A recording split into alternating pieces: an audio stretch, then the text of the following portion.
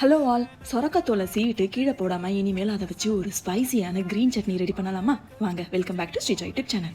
அதுக்கு பாதி சொரக்காவை நல்லா வாஷ் பண்ணிட்டு அதோட தோலை நல்லா சீவி வச்சுக்கலாம். இப்போ ஸ்டவ்ல ஒரு பேன் வச்சுக்கலாம். தேவையான ஆயில் ஊற்றிக்கலாம். ஆயில் நல்லா சூடானதும் 1 டேபிள் ஸ்பூன் கடலைப்பருப்பு போட்டுக்கலாம். 1 டேபிள் ஸ்பூன் உளுத்தம்பருப்பு போட்டுக்கலாம். ஒரு பச்சை மிளகாவை 2 உடைச்சு போட்டுக்கலாம். 1/2 டேபிள் ஸ்பூன் பெருங்காயத்தூளும் போட்டுக்கிறேன். இதை நல்லா வதக்கிக்கோங்க. இப்போ சீவி வச்ச சொரக்காத்தோலை நல்லா போட்டு வதக்கிக்கலாம். இது நல்லா வதங்கினதும் ஒரு மிக்ஸி ஜார்ல மாத்திக்கலாம். இது கூட 2 டேபிள் ஸ்பூன் தேங்காவை நல்லா துருவி போட்டுக்கலாம். தேவையான உப்பு போட்டுக்கிறேன். கொத்தமல்லி இலையும் போட்டுக்கலாம். கொத்தமல்லி இலை கொஞ்சம் நிறையவே போட்டுக்கோங்க. அந்த ஃபிளேவர் இன்னும் செமையா இருக்கும். தேவையான தண்ணி ஊத்திக்கலாம். இப்போ மிக்ஸில நல்லா சட்னி மாதிரி செமையா அரைச்சிக்கலாம். இப்போ இந்த சட்னியை தாளிக்கலாம் வாங்க. ஒரு குட்டி வானல்ல தேவையான எண்ணெய் ஊத்திக்கலாம். 1/2 டேபிள் ஸ்பூன் கடுகு பருப்பு போட்டுக்கிறேன். 2 காஞ்ச மிளகாவை கிள்ளி போட்டுக்கிறேன். இது நல்லா பொரிஞ்சதும் ஸ்டவ் ஆஃப் பண்ணிடுங்க. 1/2 டேபிள் ஸ்பூன் சில்லி பவுடர், அதாவது வெறும் மிளகாத்தூளை போட்டுக்கோங்க. இந்த தாளிப்பை அப்படியே அரைச்ச சட்னியில கொட்டிக்கோங்க. சூப்பரான ஸ்பைசி கிரீன் சட்னி ரெடி ஆயிடுச்சுங்க. இது தோசை, இட்லின்னு எல்லாத்துக்குமே வச்சு சாப்பிடலாம். செமையா இருக்குங்க. நீங்களும் ட்ரை பண்ணி எனக்கு கமெண்ட் பண்ணுங்க. தேங்க்ஸ் ஃபார் வாட்சிங். Subscribe my channel.